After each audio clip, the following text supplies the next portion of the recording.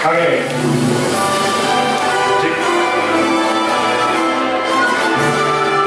Bismillahirrahmanirrahim. Assalamualaikum warahmatullahi wabarakatuh. Di sini kelihatan semua di belakang ya. Oke teman-teman, sebelumnya singkat perkenalkan diri. Baik, sebelum beralih saya ucapkan terima kasih dulu buat dosen-dosen psikologi, buat teman-teman IRC yang sudah menyediakan waktu untuk mengikuti training ini. Saya akan perkenalkan diri terlebih dahulu. Nama saya Sultan Pratama.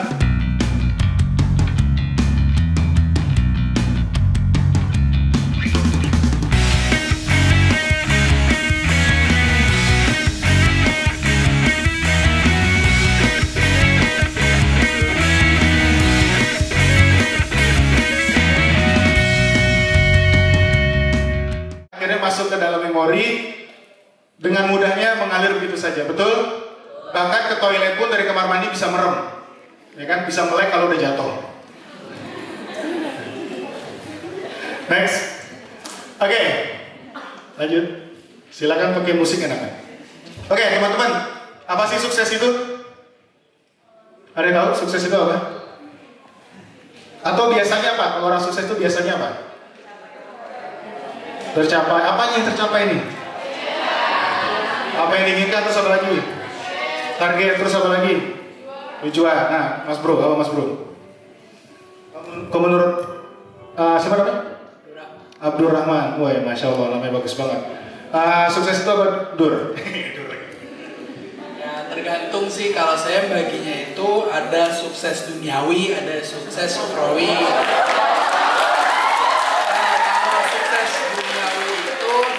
Mencapai apa yang dia inginkan, terus yang paling penting itu dia bisa membanggakan orang tuanya. Kalau sukses ukhrawi itu dia bisa dekat sama Allah, dia bisa dekat sama Rasulullah, dapat ridho Allah. Tangan buat Abdurrahman. Tadi ukhrawi gue dengernya sukses Jokowi, ukhrawi. Tuh, terus apa lagi? Silakan teman-teman. Sukses, kebanyakan seperti itu, betul nggak? Ya kan, punya rumah besar, mobil besar, istri besar, dianggap sukses semuanya. Boleh nggak seperti ini? Boleh, tapi next. Gak hanya itu teman-teman. Lanjut. Kalau teman-teman berpikir seperti itu, ketika nggak ada uang, ketika kekayaan dicabut, stres. Ada pernah kehilangan HP? Nah, seneng banget kehilangan HP. Oh baru. Mudah-mudahan ketemu ya di toko beli lagi maksudnya. Nggak ada data-data yang penting kan? Penting semua, orang penting ternyata. Ada udah pernah kehilangan apa lagi? Kehilangan pacar lu maling hilang. Kehilangan apaan? Kehilangan pacar boleh. Sedih nggak sih kalau kita kehilangan sesuatu yang kita cintai atau kita inginkan? Curhat ya kira, curhat dong Ma. Kalau semuanya materi stres, benar. Next, oke. Jadi sukses itu bukan dari seberapa kayanya seseorang, tapi seberapa banyak karyanya. Next, oke. Sukses berarti proses terus-menerus menjadi lebih baik secara fisik, intelektual, emosional, sosial, finansial, kemudian maupun spiritual. Yang paling penting kuncinya adalah sambil berkontribusi secara positif terhadap orang lain. Lanjut. Oke teman-teman, ini teman-teman masih muda semua, masih baru kuliah, baru mulai, ada yang sudah berapa tahun. Saya dulu pernah di posisi teman-teman. Dulu banyak sekali cita-cita saya, kemudian ada beberapa tercapai, ada yang belum tercapai. Tapi setelah saya mencoba pakai The Success Formula ini, alhamdulillah lebih dari 75% cita-citanya tercapai. Oke, next. Kenapa harus berubah cara pikir kita?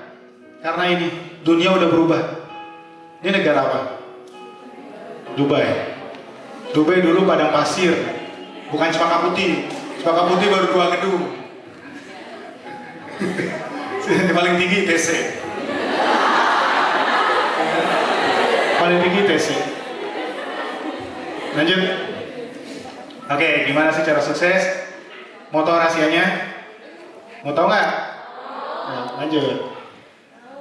Intinya adalah tidak ada yang mudah dan tidak ada yang Tidak ada yang mudah tapi tidak ada yang tak mungkin. Orang yang berhasil adalah orang yang antusiasnya lebih lama dibandingkan dengan orang yang gagal. Lanjut. Nih, The Success Formula yang coba saya buat. Jadi, saya mengadopsi dari beberapa training-training motivasi yang sudah ada, kayak seperti di ISQ, kemudian dari IPO, kemudian dari beberapa juga, dan juga dari psikologi. Ini yang saya buat. Jadi kalau mau sukses itu ada 6 tahapan dalam satu ketaatan. Banyak orang pengertian sukses bla bla bla, tapi saya kasih tahu cara mudahnya. Ada 6 tahapan dalam satu ketaatan. Kita lihat dulu cuplikan berikut ini.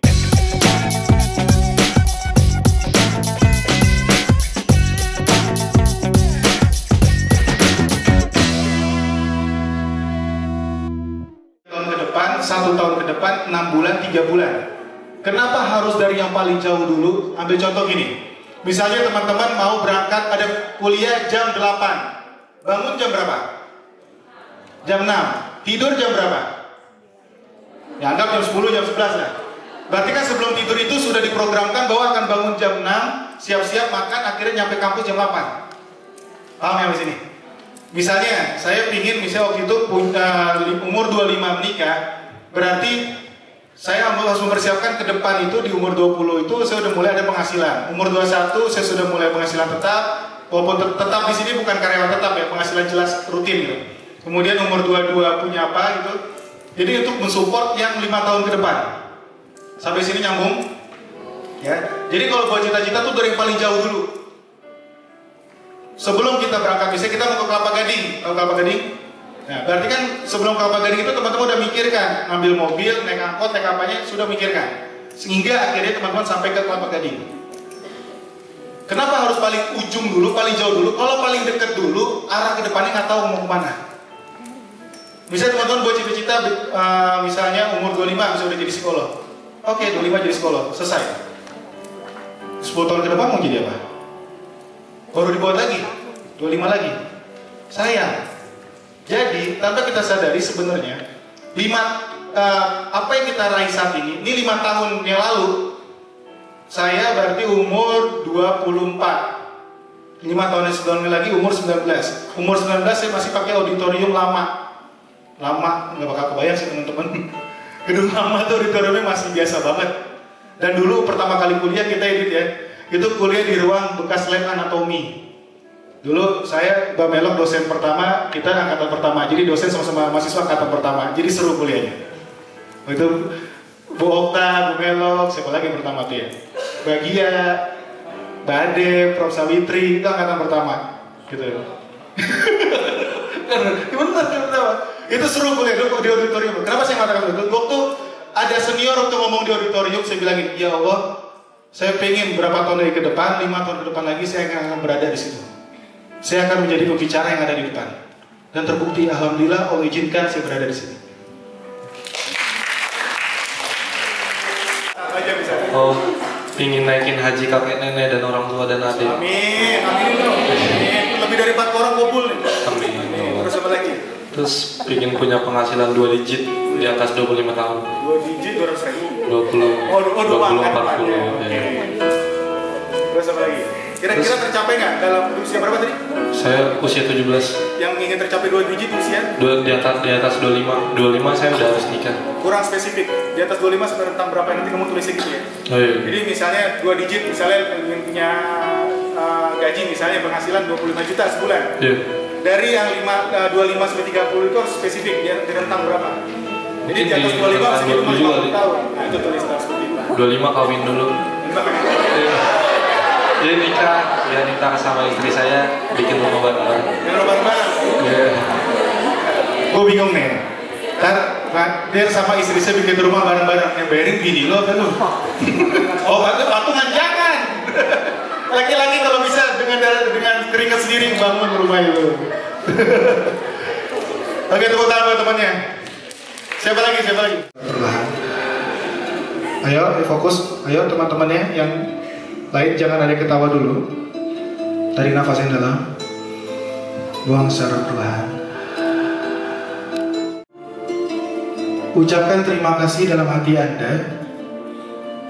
Wahai jari telunjukku, terima kasih selama ini telah membantuku.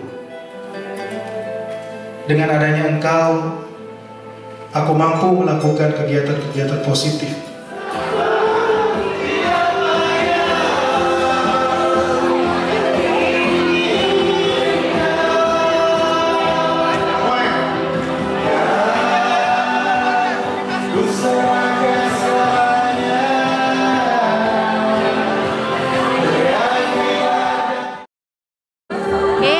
Saya Dewi, Sekretaris Program Studi dari Fakultas Psikologi. Saya berterima kasih sekali kepada CNA ya, Cendekiawan Nusantara Ilhami, yang sudah bersedia untuk sharing, bersedia untuk membangkitkan motivasi mahasiswa kami supaya lebih baik dan lebih sukses.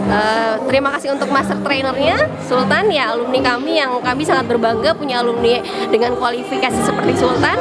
Semoga sukses terus untuk Sultan dan untuk tim Cendekiawan Nusantara Ilhami. Salam bermakna. Dengan Mas siapa? Dengan Abdurrahman. Abdurrahman. Gimana perasaannya setelah mengikuti training dari Sultan Fathaillah? Wah, menarik banget ya, menurut saya juga bermanfaat banget. Menurut saya juga kalau untuk mau sukses bisalah diikutin, dipegang tips ini. Oke.